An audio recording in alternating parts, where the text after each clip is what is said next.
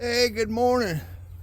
Welcome to Keeping It Old School GZ. Been a minute or two since I've been on here, but didn't really have nothing to put on YouTube. I've been busy working. I got another video coming out for too long. I painted a horse trailer in a unique way that kind of old school. Going to make a video on that. Been busy working on my job and everything. Tractor pulling season on my other channel, it's got over with, so I got me something new on the ranch out here, and gonna do a lot of videos on it. Goes back to my roots. My dad and my uncle and all of us, I'll just show you after a bit.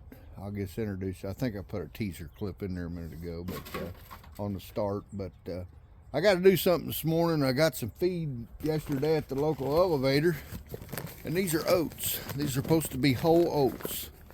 I got home, opened the bag, and it's sweet feed. It's like some kind of a mix, and the tag says whole oats.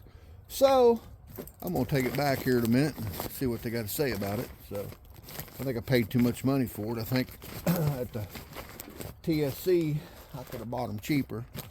I don't know why they charged me that, but $17 for a bag of oats, that's kind of ridiculous, I think. But anyway, take it back, and we'll come back and we'll get this video started. And I got something to show you, so don't go away. He's a dandy. I just got to say that. So see you in a bit. I got my feed. When they exchanged it, they made a mistake on tagging or something. Must have been a newbie at the mill or something. But anyway, I got my whole oats. I'm gonna feed this new thing I got on the ranch, and we'll get to it after a bit. I gotta feed my pigs, and I want to sit down and talk to you before I show you what I got and give you a little history behind the story. So we'll be back. All right, so now I'm gonna tell you a sad story. There's been many sets of this harness here at my homestead. My dad had it for years and years and years, and I had a beautiful set. Didn't think I'd ever need it again. Took it to a sale and sold it, and it brought nothing. I think I did a video on it. You can go back and look at that, where everybody thinks something's worth something, but it ain't worth nothing in these new days. But anyway, that's enough of that. But anyway, I've had many sets of this. This is probably what we used to call a large set of harness for we thought was big draft horses. And I got this harness out, and I got me well, I'll show you here in a minute. But I had to dig this out. I power washed it. I went and dug a collar out of the barn, my biggest one I had. So we're going to put it on after a bit, and I got to do some work on this harness. I got to find some oil somewhere to oil it. I've got some repairs to make on it. I got to add a coupler here for I can hold my shafts going into my carriage. Once I start pulling my carriage, I've got to make some adjustments to the hames here, because this is the biggest set of hames we had in the barn, and it's going to take a very large collar, probably a 30-inch collar. I'm gonna have to find one maybe today. I'll call an old buddy. But anyway, got the bridle all cleaned up. Gonna oil it. A lot of people tell me olive oil is probably the best oil. Now, I don't know. I mean, there's a lot of stuff out there on the internet, but I've always used harness oil. Right now, it's hard to find harness oil where I live in this area. I can buy it, but it costs me like $60 a gallon or $56 a gallon. It's now seen something. I got to fix that right there and put some new strap on. But I got to go find some rivets today. I got some leather. I got to do some fixing up here. But let's open it up and try to see the back side of it. This side here on the britching is pretty good, where it's all been fixed and put back together at one time. But it's a sad deal, because my dad had a bunch of these, and my dad passed away, and we all had to sell stuff and this and that, and we got rid of a nice harness. Actually, it was one I used, and This was one of mine that I had, and I don't know, I bought it somewhere at one time 10, 15 years ago, and then we used it. We fixed it up because we had 4 horses around here, and this belly band is a homemade job, and I just might have to break down and buy me a new harness, and but we'll get into that later. And but I'm gonna clean this up today, and we're gonna put it on after a bit and see what I got. I don't know if my collar's big enough. I had to strip. There's the part, the wagon brakes, which you know what that is. Had to take the checks off because that harness was on a team. Hung it up, and the old leather's pretty stiff, so I'll probably clean it up, oil it once I get some oil. But they said olive oil's the best. Here's a good one here. This has been hanging in the trailer for, oh my God, a long time. That's when we was pulling horses. Still hanging in my horse trailer, you know. I had a down hook for that riding sled, but some old memories. I got to dig out some single tree today, so make me a single tree. I'm going to make me a little sled, because I had no idea that what I'm about to show you has been drove a lot.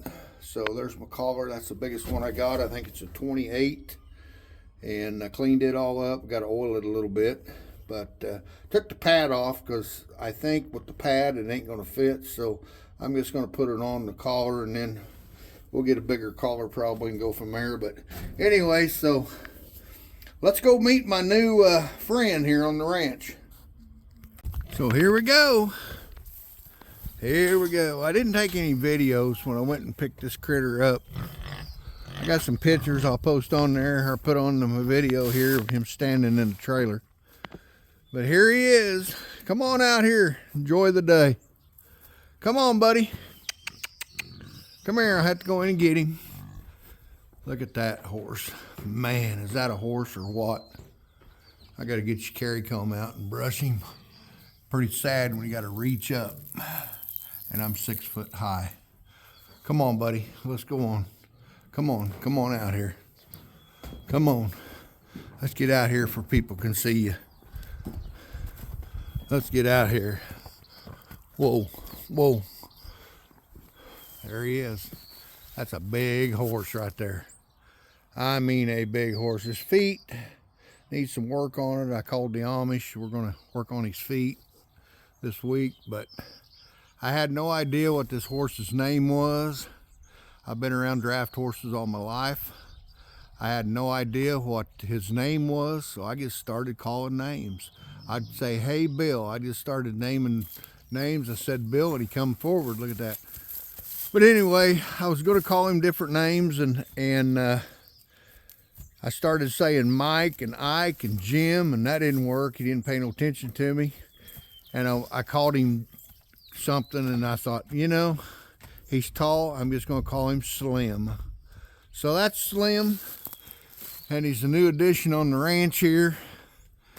And we're going to make several videos of him. So don't you subscribe to my channel? I ain't got a whole lot of subscribers because I kind of don't do a lot on this channel, but I'm going to try to kick it off because I've been wanting a draft horse, and I can get to my roots, and we're going to do lots of stuff. I got a lot of plans of this horse, and I'd like to have a team, but I just bought the one, and I got him out of a rescue. He's 15 years old. He came out of Ohio.